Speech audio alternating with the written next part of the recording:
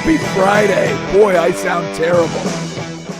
Happy Friday, all you beautiful radio listeners. I've been trying to save my voice all day, and I don't know if it worked. I appreciate you dropping in on our little happy hour. We appreciate you listening. If you're watching us on YouTube, here's a hand gesture just for you. Hopefully this loosens up. Holy cow, I didn't realize that sounded this bad. Yeah, it's. Oh, shut up. Brandon, you're not helping. You sound fine. Do your best. That's all we can ask for. I didn't have any kids to yell at yesterday. Wow, I had plenty of kids to yell at. Other than my own. No, I didn't. YouTubers, if you are joining us on YouTube, feel free to hit us up on the chat. If you're listening to the radio through 105.1 The Fan FM, 1080 AM, or on 1051thefan.com, odyssey.com, the Odyssey app, hit us up. On the Fan text line, it's 503-2GO-FAN. That's 503-864-6326.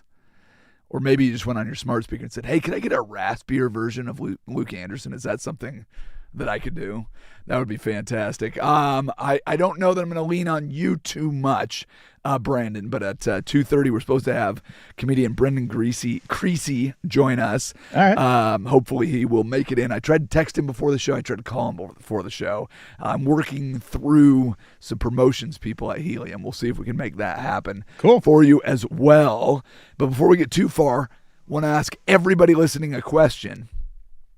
What are you looking for in your perfect man or woman, I suppose? Brandon, if you were single, do you have somebody perfect in mind? Do you have a checklist that you would go by if you're looking for somebody? I assume your wife already checks all those boxes. Yeah, my wife already checks all the boxes. Okay, nobody cares. Shut that up. Yeah, sorry. So now, put yourself in a single position. All right, well, that's a while. 10 years ago. Okay, anyways. Did you ever have a checklist? Is that something that you have? No, because everyone's different. Amen to that, right? And you always have to have like a trial period to kind of get to understand this other person. So I think you have a checklist, an ideal woman or man that you're seeking, but at the same time, you know, it has its give and takes. You have to tolerate some stuff to appreciate the other stuff, and vice versa. But I think there's a couple things. For me specifically, my wife is hilarious. I love someone that makes me laugh, and she's probably the most caring person I've ever met, and supports me in all I do, and is a lot more complimentary to me than I am to myself. So those are a couple of kind of things that are on my checklist, and it's different for everybody. It is. The reason that I bring it up is 84-year-old Martha Stewart apparently was on some sort of podcast and was sharing what she is looking for in her ideal man. She said, smart, funny, preferably owns their own yacht. Oh, gosh. Oh, I love that. You get to 84. I think you get to shorten the list. Somebody that cares more about me than I do myself. Listen, she's a lifestyle icon. She's got how many years left? She just wants to hang out with somebody that can make her laugh, have an intelligent conversation, and wants to do it on a yacht. Good for her. That's what I say. Good luck to her is all. Yeah, let's go, Martha Stewart. So apparently yesterday, I yelled on this show too much. Then I went to the Twins lacrosse practice. Apparently I yelled at them too much. Then I went home and yelled at the Mariners on TV too much. So I apologize if my voice is a little bit ruined. Glad the weekend is here, right? Oh man, it's gonna be glorious. The sun is out. I'm kind of trying to reschedule my afternoon. Honestly, I didn't know I was this bad. I was like, I'll just rest up until the show. Tried not to talk. To be honest, I don't think it sounded as bad this morning when I was talking to you. And no, I thought it was fine this morning. It's gotten worse over the lunch hour. Honestly, I do not know what is going on. It sounds absolutely terrible. So I apologize to everybody. Hopefully, it feels like it's loosening up a little bit. So we'll kind of get rolling on here. So if you were wondering how long it would take for baseball fans, or specifically Mariners fans, to be frustrated with the ABS challenge system, congratulations. The answer is one freaking game. Apparently what you have to do is, if you're challenging, you tap the top of your head, but you have to do it as your next motion.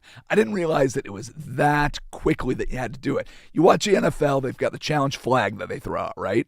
It feels like they will hem and they will haw and you're waiting for the next play.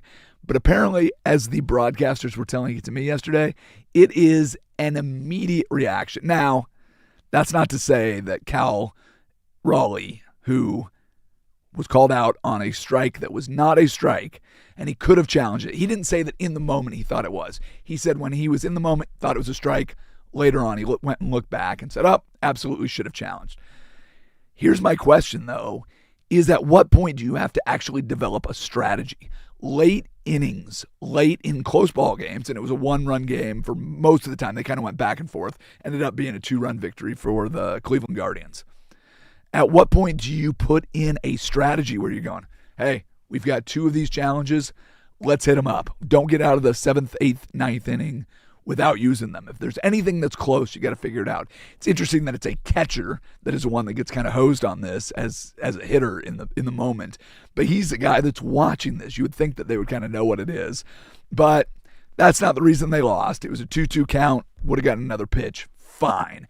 But immediately, that's kind of one of those things where you go, did you got to at least use them? Cleveland used them twice. One correct, one incorrect. Perfectly fine. Stephen Kwan tried to get out of a strikeout. Nope.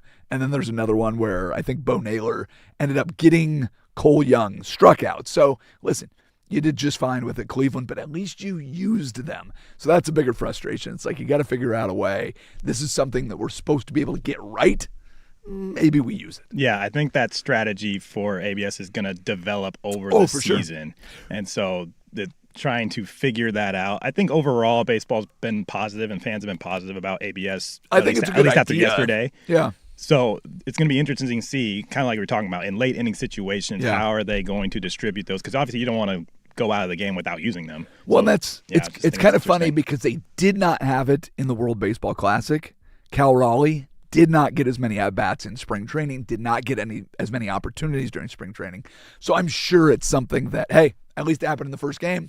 Let's go and figure it out from there. The other things that happened in the first game, Brendan Donovan, welcome to the Seattle Mariners. He got the Mariners' first ever leadoff opening day home run, which was a great response considering the Cleveland's put up one in the first inning as well. So Brendan Donovan, welcome aboard.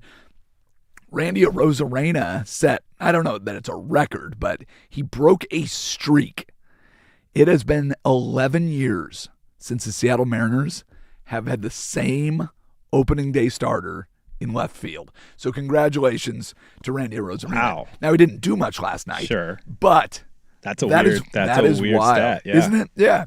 And it feels like this roster has been pretty consistent, especially when you look at kind of their stars. Julio is I think this is his 5th full season, and he's only 24 years old, which is absolutely crazy. That pitching staff has been around for a long time. Cal Raleigh has been a fixture for 3-4 years, so you've got a lot of guys that are there, and one of the things that's interesting is you've got some really, really good prospects with this team.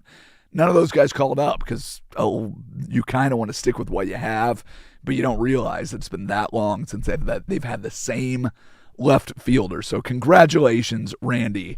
You'll probably be shipped out of the trade deadline, but at least for right now, that was fantastic. The other big showing last night, Dom Canzone. Team Italy still raking. Let's go. 2 home runs. I don't know if you've been keeping track, but after one game, 2 home runs puts Dom Canzone on pace for 324 home runs. That would be a Major League Baseball record. Nice start. Yeah, great start. Great start. All right, let's do some In Case You Missed It, shall we? Am I starting to sound a little better? I think I am. In case you missed it, a catastrophic coaching failure during the Sweet 16. Nebraska head coach Fred Hoiberg's heart broke in real time on camera as he realized his team took the court with only 4 players coming out of a late game timeout. It was a 77-71 loss that effectively ended their season. You got to feel really bad for a guy seeing the moment where he became a bad coaching meme happen in real time. Everyone has to have their heart break for this guy. Except Chris Webber. Except for Chris Webber. There's maybe one guy that doesn't feel bad for him. In case you missed it, two-time defending champion Los Angeles Dodgers opened their 2026 season with an 8-2 win over the Arizona Diamondbacks. But the real story is in the locker room. Shohei Ohtani gifted every teammate a Grand Seiko watch worth up to $10,000 with a note that said, "Let's go for the three-peat." No Major League Baseball team has won 3 consecutive championships since the Yankees did it in 98, 99, and 2000. And if they win 3 championships, this will be the first time that 3 championships cost more than the Avatar trilogy. So that is the most expensive trilogy in Hollywood. That's a pretty good mark to achieve. The high price. It's a very high price. In case you missed it, the White Sox rookie sensation Munetaka Murakami hit a 384-foot home run in his MLB debut yesterday. The only highlight of a 14-2 blowout loss to the Brewers. After the game, Murakami successfully traded a signed bat to the fan that caught the home run ball so he could get it back. Look, this is a 26-year-old hitter. He just signed a 2-year, $34 million contract. Forget sentimental sign bat. If I'm that fan, I don't need memories. I need cold, hard yen. Bring it on, buddy. I want cash and a year's supply of deep dish pizza. That's all I really want. Come on.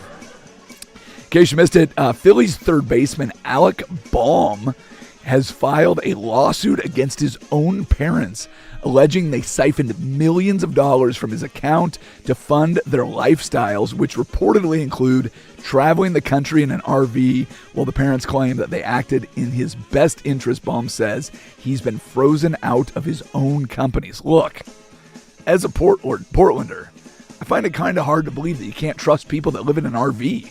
That seems, no? I mean, some of the Rose City's most reliable meth dealers live in Winnebago's at Delta Park. I mean, they're good people that always have business interests at mind. I think that's the thing. Exactly. In case, oh boy, I sound terrible. In case you missed it, newly minted Portland Fire have officially secured the #1 overall pick in the 2026 NBA expansion draft. They won the coin flip. Well, that I don't know. After the coin toss with the Toronto Temple, technically Toronto won the toss and chose to get the higher college pick, leaving Portland with the top expansion spot to the by second half. Default. I have to say it was the most exciting coin flip in the Rose City since 1845, when we narrowly avoided becoming Boston, Oregon. Do you know about this story? I don't know about that story. So Pioneer, there's 2 guys back in the day, Lovejoy, Pettygrove. There's a couple streets just up the road from us that are named after these guys. One from Boston, one from Portland, Maine. And they flipped a penny, and whoever won got to name this city after their home city. This is perfectly fitting, too, because if you are a Portland historian, you know that Francis Pettygrove, who won the coin toss, loved the game of basketball, but absolutely hated dunking. So it's good that this was. Yeah. Makes sense. Oh, come on. You weren't even ready with the button. I love that. I wasn't. I wanted my own laugh track there. Thank you to our studio audience. So at 2:30, we're hoping to have Brendan Creasy join us, talk a little comedy, let him do most of the talking. But right now, we need to get into a little bit from Major League Baseball. Blazers have a game tonight. More from around the NBA. Plenty to get to in the Daily Buzz. We do it next. It's Happy Hour on 105.1 The Fan. The Fan.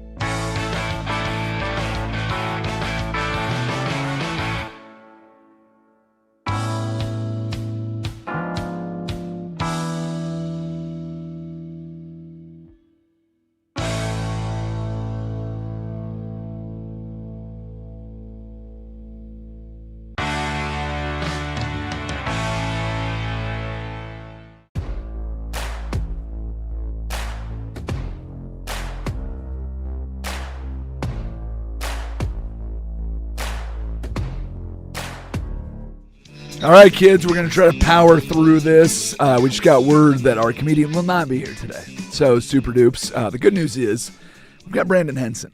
And you know what? Have you done your own segment? Have we done a Let's Get to Know Brandon on this station? Yeah, Isaac and Suk were kind of leaning that way when I filled in on Primetime. I don't know if we got too deep into my life or anything, but that's fine. I don't need your whole life story. It's been a couple weeks, Well, people forget. So here's what I want you to do. Just start thinking right now about what you want to talk about. I'm going to let you, we'll see how it goes. Yeah. I might let you lead the segment. Okay. Got to save these beautiful pipes. But right now we need to get some of the daily buzz going for everybody.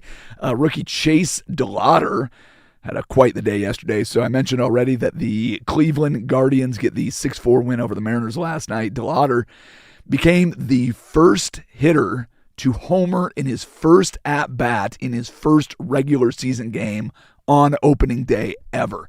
Can I tell you how much I love Major League Baseball? and just the sports data scientists that we have behind everything. The first, if all of these other conditions fall into place, is absolutely one of the best things. I was talking with our very own Patrick Harris from the firm this morning.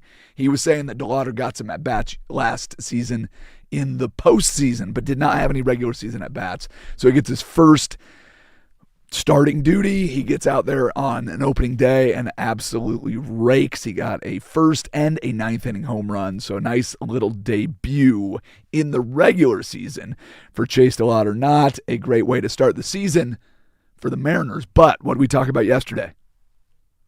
Maybe pick somebody else. Maybe the Guardians should be your World Series team. We got exactly what we wanted. Everybody looked the other way. Pay no attention to the Mariners. We'll see you in October. That's all I'm really hoping Worked out for. perfectly for you. Worked out just the way that we planned. Oh, hey, now. Speaking of the Seattle Mariners, if you're trying to watch them over the next 3 days, they're doing a little college football stunt. They're going to be on 3 different TV platforms over the next 3 days. Tonight, they are going to be broadcast exclusively on Apple TV. That is a 6:40 first pitch. Tomorrow, they will be back on Mariners TV. Now, if you haven't bought the Mariners TV package, they are doing a free first week trial, so you don't have to pay for that. And then on Sunday, they will be on Peacock. You get these expectations, you get more primetime games, which is pretty exciting. You get more other platform games, which is pretty exciting. We got to cram them all into the first weekend. Come on, baseball. Get your remotes scheduling. ready. Well, Long weekend for you guys. no, get your text messages to see who has a password to what working is what you really need to get going on. The Buzz. Hey, Portland Trail Blazers fans, you've got an opportunity to give Dallas its 6th straight loss tonight. So the Blazers are still a half game back of the Clippers for that 8 spot. That means hosting versus going on the road for the play-in games. Here's the good news. Clippers are playing the Pacers. Pacers were in the finals last year. They must be good this year. No? Oh, what? They're one of the worst teams in basketball? Never mind. All right. Well, keep winning, Blazers. Even if the Clippers are playing against terrible teams, maybe we can catch them by the end of the season. What do we got? 10 games left? Yes, I believe so. All right. 10 games left. See if we can get into that, at least that top spot. The Buzz. The NBA didn't listen to me again. The NBA is upset with tanking.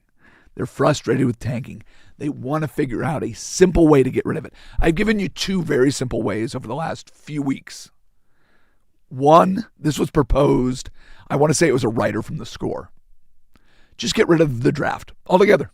Just if you want to make it better, it's a salary cap sport. You've got an apron. You've got a second apron. You've got weird tax laws, whatever you want to do. Just get rid of it. Just eliminate the draft entirely. It's 2 rounds. Then there's undrafted free agency. You have guys, the first 1 through 10 maybe matter every year. There's guys that are found in late rounds, but it's potluck. What's going to happen? Picks are traded out for the next 75 years. It's just a very weird system. Get rid of the entire... If you want people to stop tanking, just get rid of it. It would be pretty simple.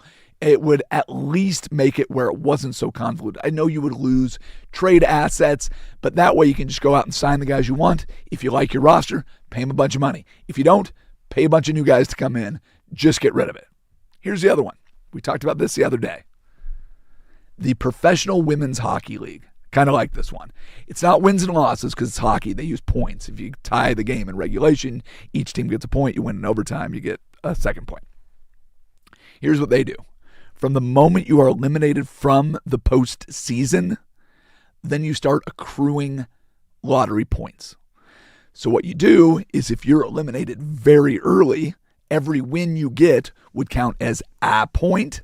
So let's say, who was the first team eliminated this year? Was it the Pacers? Probably. Was it the Kings? Yeah. Either way, you have a big advantage because you have more time to win games. If you're the last team eliminated from the postseason, you have less time. But if you care about winning, and you want to go out, or if you care about the lottery, you need to go out and win to get those points. So if you don't win for 3 months, you're not going to get a top draft pick. Love that system. It's already being used in North American professional sports. Seems super simple. Here's what the Blazers came up, or not the Blazers, sorry, the NBA came up with instead.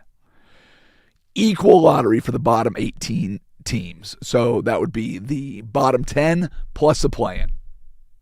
Cool. So no help at all there. Like, fine, everybody's in the bottom, but wouldn't you rather be a play-in team than a bottom 6 seed or whatever it is? So if you want to be in the lottery, you'd have the same odds. So now you've just moved the bar. So you'd rather be in the play-in than be the 6 seed. Nice job. Pretty dumb. The other one is make it as complicated as you possibly can. It would be a 2-year weighted 22 team. Shut up. I'm not even going to go into that. And the other one would be the 5x5, where the 5 worst teams have identical odds. So again, you're just moving the goalpost. There is no part of any of these that incentivizes winning. That might be the way to do it. So NBA, You've done a terrible job. Congratulations to your board of governors who can't seem to figure things out. You've done it again. So congratulations. I'm very, very proud of you. The Buzz. Speaking of people I'm proud of, have you ever heard anyone refer to Caleb Williams as the Iceman? No. Ever? No. Have you ever heard of George Gerving? Yes. What's he known as? Iceman. First of all, there's one other guy that lays claim to that name, and that is Val Kilmer, and unfortunately, I don't think he's with us anymore. George Gerving apparently went in to trademark the name, which I don't know why he waited 40 years to do it, 4 days after Caleb Williams put in for the Iceman moniker trademark. Are you kidding me? I don't know, man. That's tough. It is. Yeah, just... the younger generation's not respecting the but older it's just, generations. And the fact that no one really knows Caleb Williams as Iceman. I know he's been doing the gesture and everything. I don't see is that what that is? That's Iceman? Yes. Oh, or Cole Palmer, if you know soccer and stuff like that. But, no. George Gervin is Iceman, period. I do not know soccer. Well, the nickname I would give I don't either. The nickname I would give him is Nails, but Lenny Dykstra already has that. Yeah. I once got to throw Lenny Dykstra out of a hotel that I worked at. Very fun story. But called Lenny Dykstra in his room. Might have owed the hotel some money. He literally picked up the phone. And he actually did sound like I sound today. This is Nails. Really? He picked up the phone as Nails. Love that. That's a great nickname. The Buzz.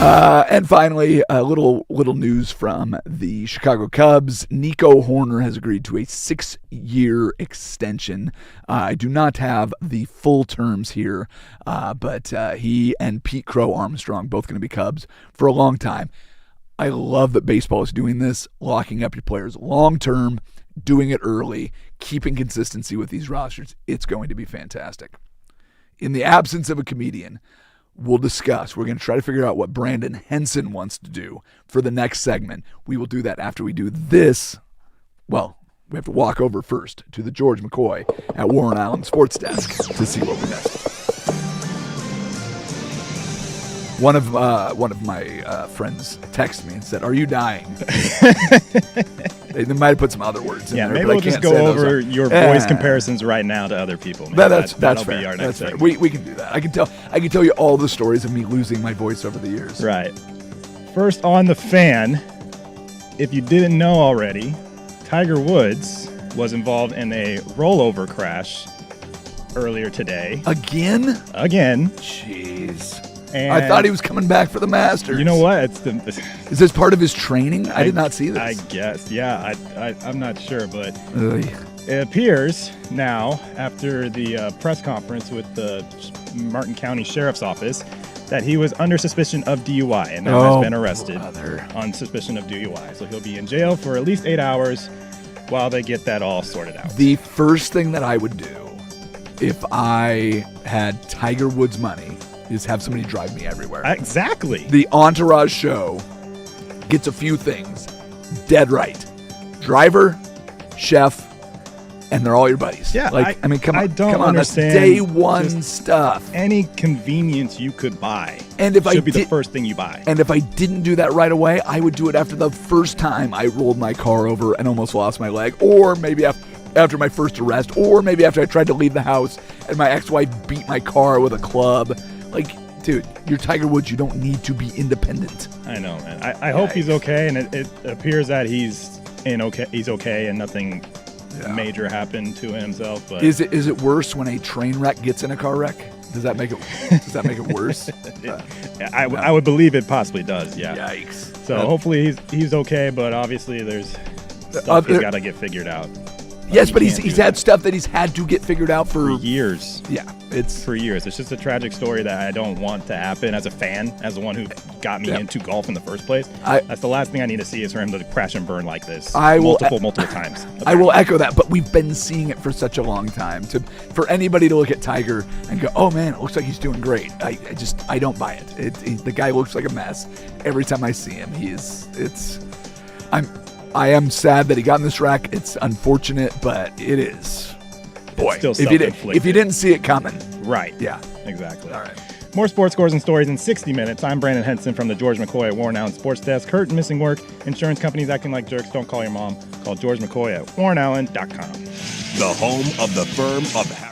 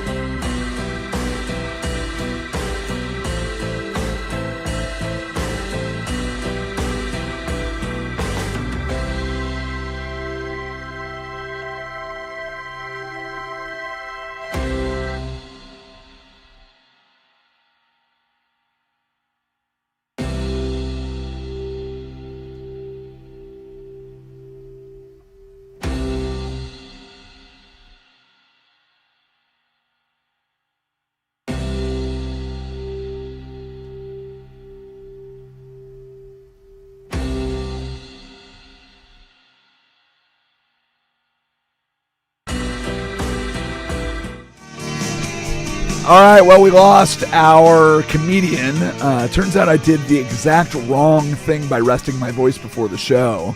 The one thing I like about losing my voice, I do it all the time, or used to do it all the time. I shouldn't say I do it all the time. I've since started taking allergy pills. I didn't realize it was related to that.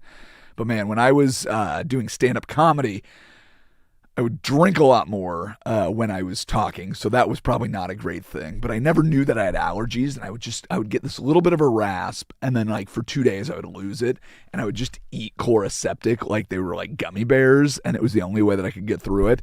But this morning I did like a hot tea, lemon, honey, all that. You said earlier my voice sounded pretty good. Man, resting it before the show did not help. The nice thing about losing my voice means it's hot toddy time. I had one last night because it was a little rough last night. Woke up feeling pretty good. Man, just get like half a glass of whiskey, hot water, honey, lemon. Whew. Put you right to sleep. It's going to be great. So nice.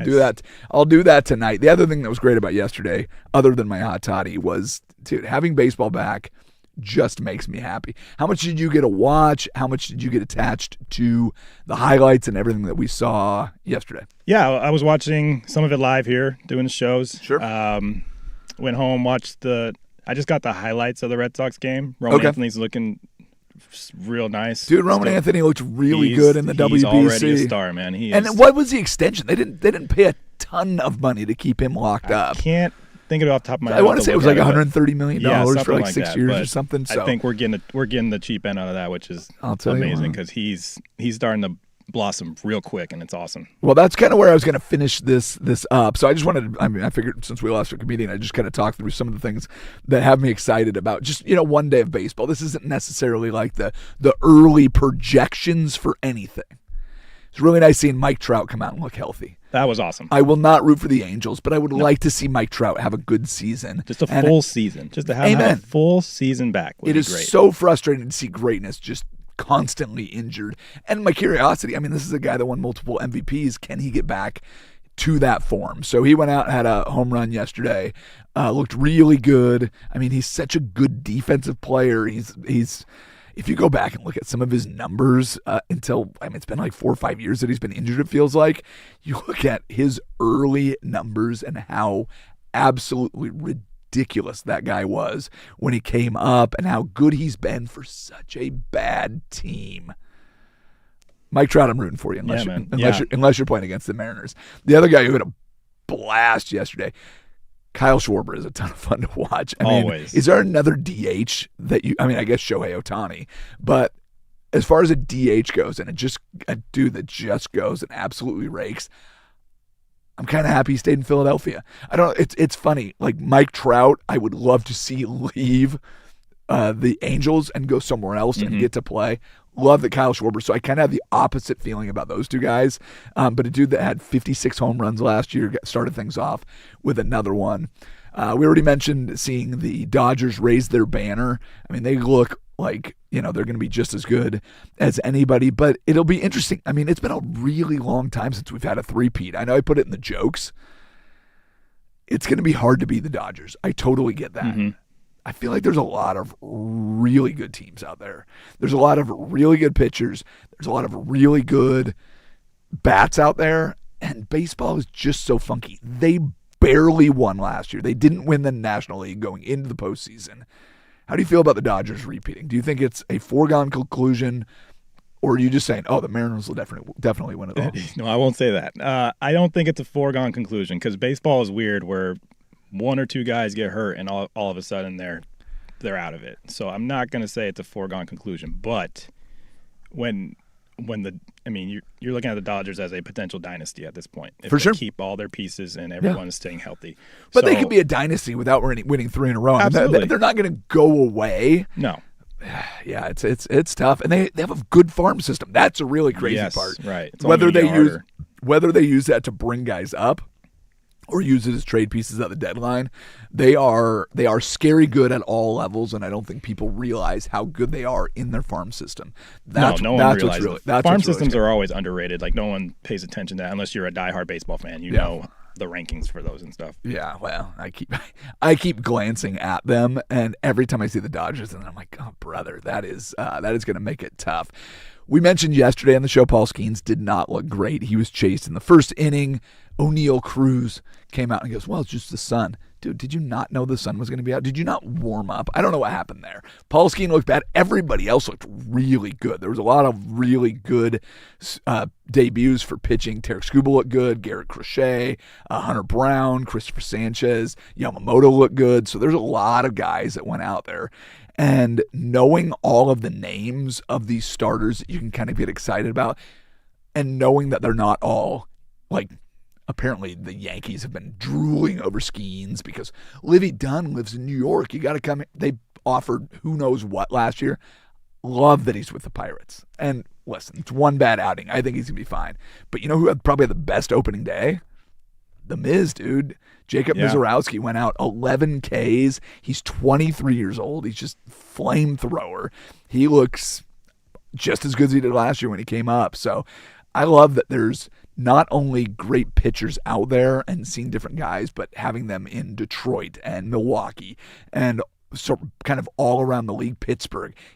It's pretty exciting. Yeah, that's good. I think just the opposite of that is, yes, they're on bad teams, but at the same time, when they're on bad teams, they don't get help. And so but the Tigers could be better, but the Tigers are help to get there. The Tigers are not a bad team, though. The Tigers are a team that went. No, not the Tigers. Their Tigers are stacked. The Brewers are not a bad team. I mean, that's the thing. I mean, they're not just good arms on bad teams. They're spread out across the league, and you can see it. I mean, the Brewers win the National League last year in the regular season.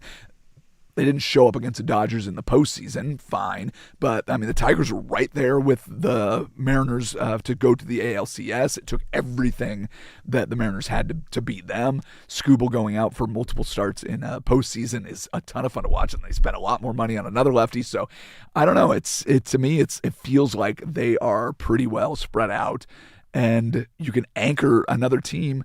And seeing the Tigers go out and spend more money was great. Seeing, and I know he's not up yet, but Connor Griffin, 19 years old, have the spring training excitement around him. Pirates have some other guys that they can bring up, man. I'm optimistic that we'll get more parity.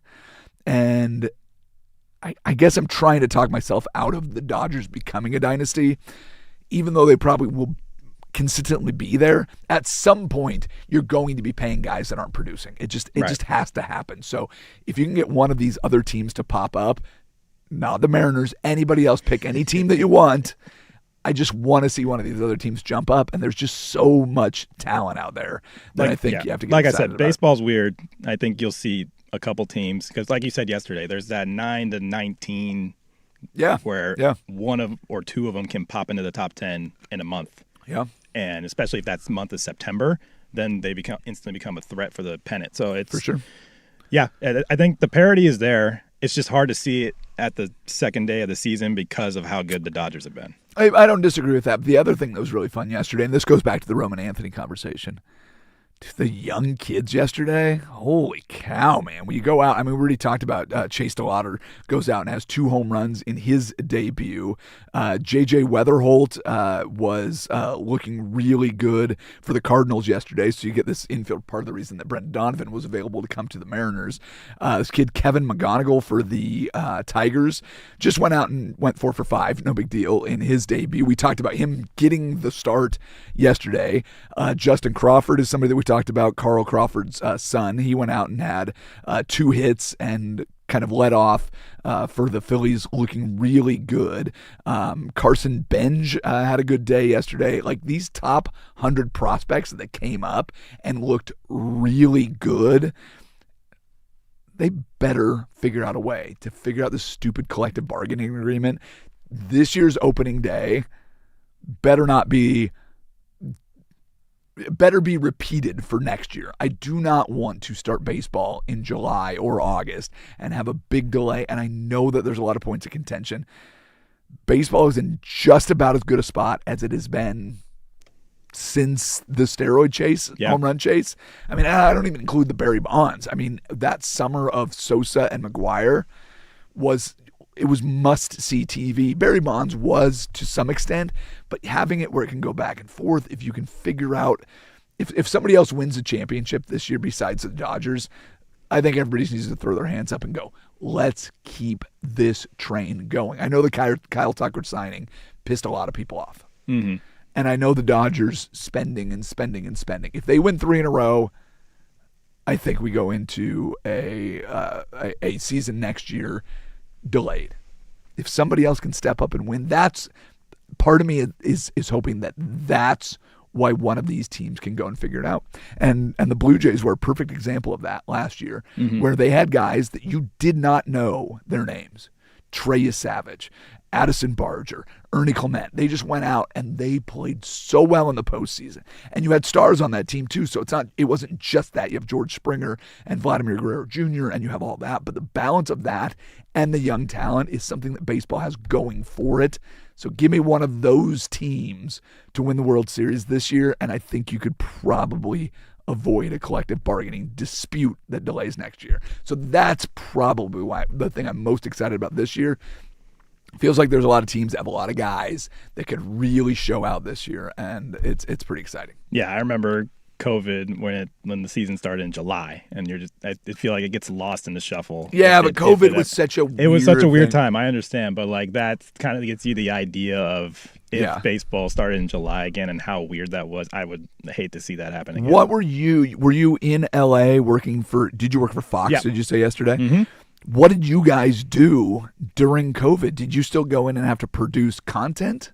I think my group specifically, I was with the studio shows for MLB, college football, college basketball. Sure. Our group specifically, we were remote for majority of it. We did remote shows and stuff until the building was safe to go back to the inside the studio.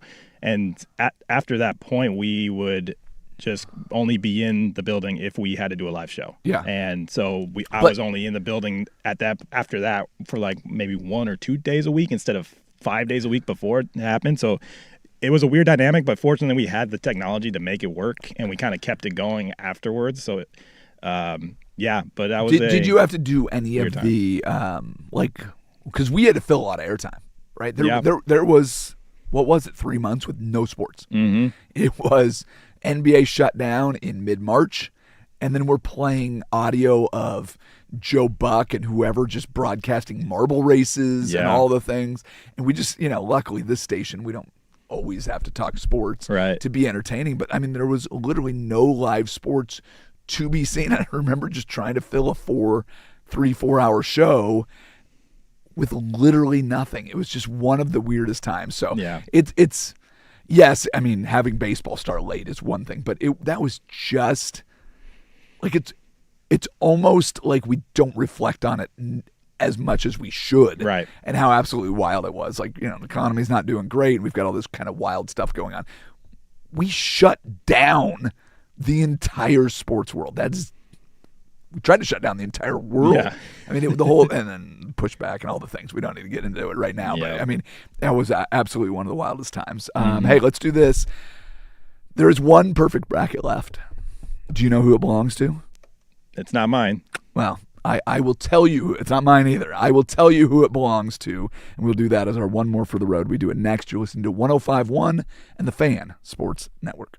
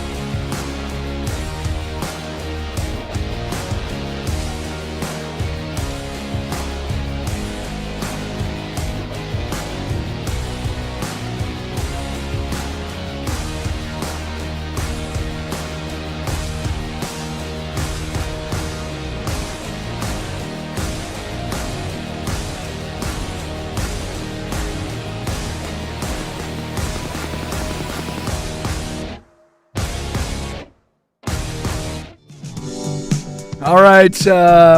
If you missed anything from the show and you want to listen to how great my voice sounded at the beginning of it, please download the podcast. It's at 1051thefan.com, Odyssey.com, the Odyssey app, or anywhere you buy and sell your podcasts. Brandon, what are the people saying on the YouTube chats and the text toy? Oh my! Well, a lot about your voice today. Wow, it sounds great, doesn't it? Yeah. There are people requesting more of this that I should just crash into my throat. I don't know about requesting more, but I got one said, "Happy hour with Patrick Harris?" Question mark.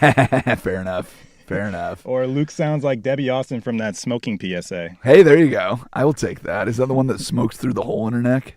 Yeah. I'll just get one of those holes in my neck. I always thought that'd be kind of cool. I would start smoking if I had a hole in my neck. Yeah, sure. I had a texter say, sounds like you're in so much pain. Actually, that's a funny thing is I'm not in that much pain. Otherwise I wouldn't be here. If I did not feel well, I came in, you and I were chatting a little bit. Like, oh yeah, you sound fine, whatever. Right. So I didn't have to talk to anybody before the show. I took a couple phone calls, but I was like, oh yeah, I'll be fine. I'll just rest. So I gave it didn't say anything. I went to crack the mic. I was I thought I was dying, but just because you can't, whatever the mechanism is. It just wasn't working. So it's better. It's better now. It is what it is. We'll be fine by Monday. No big deal. And if it wasn't a Friday, honestly, I probably would have taken the. Yeah. I would have considered taking the day off. Right. But I think I'll be fine. All right. Let's do this. One more.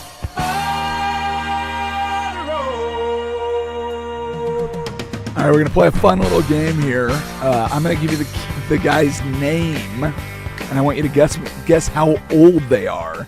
So there's one perfect bracket left for March Madness. This is either men's or women's. Okay. There was 40 million brackets put together for the NCAA tournament, and there's one perfect one left. It belongs to someone named Otto Shellhammer. Nice. How old do you think Otto Shellhammer is? 46. Otto Shellhammer is 14 years old. I would have guessed 80 years old. I don't know why Otto makes me think that this was an old man, but it is a 14-year-old from Pennsylvania. He is an 8th grader, and apparently he knows nothing about college basketball, so just picking the teams almost blindly with some buddies filled out the bracket. He now is the last standing perfect bracket. Here's the problem. How much confidence do you have in Texas winning it all? Women's? No, in the men's. In the men's. Yeah. Well, seeing how they lost the other day. Are they in the women's bracket? Yeah, I would think that's a women's bracket because they were a 1 seed in the women's bracket. Okay, well, there you go. So, the article. Thanks for the win on USA Today, who gave me this. So, yeah, apparently he's got Texas winning it all, so they're a 1 seed? So yes, they're a 1 seed, but you still got undefeated UConn on the other end, and I don't think Gino is going to let 14-year-old kids pick go into fruition. Well, that's the funniest thing, though, isn't it? Always the way where it's if you have no idea what you're doing, you have as much or more of a chance of actually winning the whole thing. I think I mentioned this earlier in the week. I had a perfect bracket after the first 2 days. Once upon a time, over the weekend, I lost 3 of my 4 Final Four teams, all in major upsets, and it felt like, oh yeah, we got this whole stupid thing locked up, and then just faded away. So they never end up working out the way you want to. Nope. Big plans for the weekend, Brandon? No, more work. Got the Thorns tomorrow on 94.7. Yep. So take KNRK 2. Yep. HD2. So we've got the Thorns broadcast available. Got Blazer games tonight and Sunday. Yeah, there you go. So I'm busy. Mavericks tonight. Who do they have on Sunday? Sunday, I believe. I should know, but I don't. Don't worry about it. I don't think it matters. They probably win anyway. Well, let's say thank you to everybody for listening. Thank you, Brandon. It's fun doing 3 days with you. And, of course, we cannot leave without saying thank you, Isaac Robb. We're all done for now. Bye-bye.